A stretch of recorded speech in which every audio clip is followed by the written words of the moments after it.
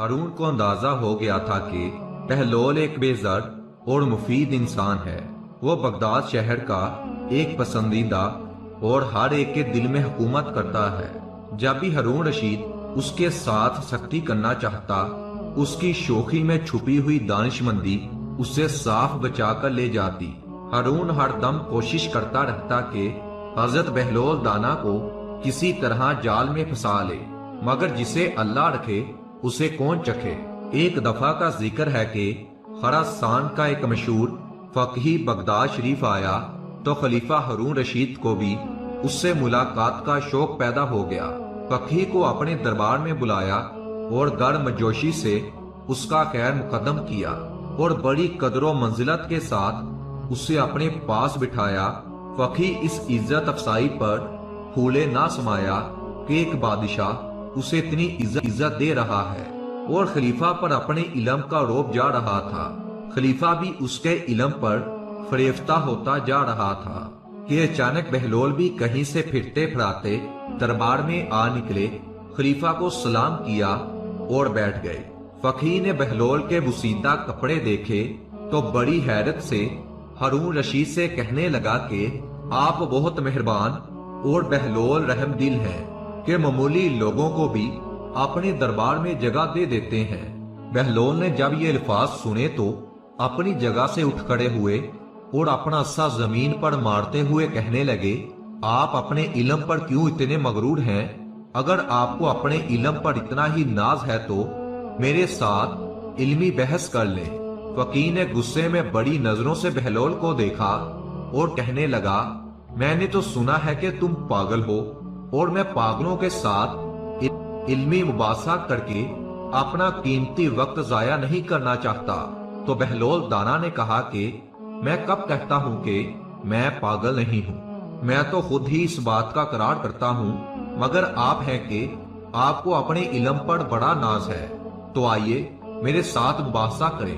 खलीफा हारून रशीद भी बोल पड़ा और बहलोल को डांट कर कहने लगा, ऐ बहलोल दाना, खामोश हो जाओ, तुम नहीं जानते कि तुम किससे बात कर रहे हो। ये खरासान के बहुत बड़े आलिम हैं। तो बहलोल ने बड़े इत्मीनान से कहा, इसलिए तो मैं चाहता हूं कि मेरे साथ इल्मी मुबासा कर लें। खलीफा हारून रशीद भी इल्मी मुबासों का बड़ा शौक रखता था। फकीह से कहने लगा, इस तरह करना चाहिए कि आप बहलोल की दावत को कबूल कर लें। वो फकीह कहने लगा, ठीक है, पर मेरी एक शर्त है कि मैं बहलोल से अगर तो उसने ठीक जवाब दे दिया तो मैं उसको 1000 शर्तियां दे दूंगा, और अगर बहलोल जवाब ना दे सका तो ये मुझे 1000 शर्तियां देने का पाबंद होगा। बहलोल मुस्कुरा दिए और कहने लगे, फकीरों के पास इतनी शर्तियां कहाँ? हाँ, मैं ये कर सकता हूँ कि अगर मैं मामला हल ना कर सका तो आपका गुलाम बन जाऊंगा, और जब तक आपकी शर्तियों की कीमत पूरी ना हो जाएगी मैं आपकी गुलामी में रहूंगा। फकीह ने कहा, मुझे मंजूर है, और कहने लगा कि क्या आप तैयार हैं? बहलोल दाना ने कहा कि हाँ, मैं तैयार हूँ, आप बताएं। उसने सवाल पूछा, अच्छा तो बताओ, एक घर में एक औरत अपने शरी शोहर के साथ बैठी है, उसी घर में एक शख्स नमाज पढ़ रहा है और दूसरा रोजे से है। अचानक दरवाजे पर दस्तक होती है और एक ऐसा शख्स अंदर दाखिल हुआ जिसके आ जाने से शोहर और बीवी एक दूसरे पर हराम हो गए। नमाज पढ़ने वालों की नमाज बातिल हो गई और रोजेदार का रोजा भी जाता रहा। तो क्या तुम बता सकते हो कि बाहर से आने वाला शख्स कौन है? पूरे दरबार में सन्नाटा छा गया। सब लोग एक दूसरे का मुंह तकने लगे कि इतना मुश्किल सवाल है, बहलोल इसका जवाब ना दे पाएंगे। तो अचानक बहलोल ने खामोशी तोड़ी। पूरे दरबार में सन्नाटा छा गया। सब लोग एक दूसरे का मुंह तकने लगे कि इतना मुश्किल सवाल है, बहलोल इसका जवाब ना दे पाएंगे। तो अचानक बहलोल ने खामोशी तोड़ी और बोलने लगे कि घर में दाखिल होने वाला शख्स घर में मौजूद औरत का पहला शौहर है, जो सफर पर गया था और इत्तला मिली थी कि सफर के दौरान उसका इंतकाल हो गया है। तो उसकी बीवी ने उसके पास बैठे शख्स से अकद कर लिया اور 2 مردوں کو اجرت دے دی کہ وہ میرے مرحوم شوہر کی قضا نمازیں پڑھیں اور روزے رکھیں۔ اسی سنا میں اس کا پہلا شوہر واپس آ گیا۔ چونکہ اس کی موت کی خبر غلط تھی، اسی لیے عورت کے پاس بیٹھا شخص جس کے ساتھ اس نے عقد کیا تھا وہ عورت پر حرام ہو گیا، اور نمازیں اور روزے رکھنے والوں کی عبادت بھی باطل ہو گئی۔ اور فقیہ سے بھی پوچھنے لگے کہ حضرت آپ کی بھی اجازت ہے؟ تو فقیہ نے ناک منہ جڑا کہ ہاں بولو۔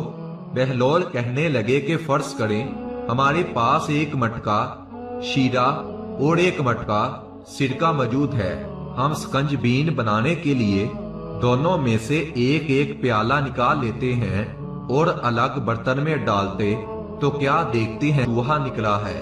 کیا آپ بتا سکتے ہیں کہ چوہا کس مٹکے میں گر کر مرا ہے؟ ہارون رشید بہلول کے سوال پر بہت محفوظ ہوا اور فقیہ کی طرف دیکھنے لگا کہ اب یہ کیسے اس سوال کا جواب دیں گے۔ وہ عالم گہری سوچ میں مبتلا ہو گیا اور کافی وقت گزرا، کوئی جواب نہ دے سکا۔ کافی دیر کے بعد خلیفہ ہارون رشید فقیہ سے کہنے لگا جلدی جواب ارشاد فرمائیں، سب دیکھ رہے ہیں۔ کافی دیر خاموش رہنے کے بعد وہ بول اٹھا، عالی جان میں اس سوال کو حل نہیں کر سکا۔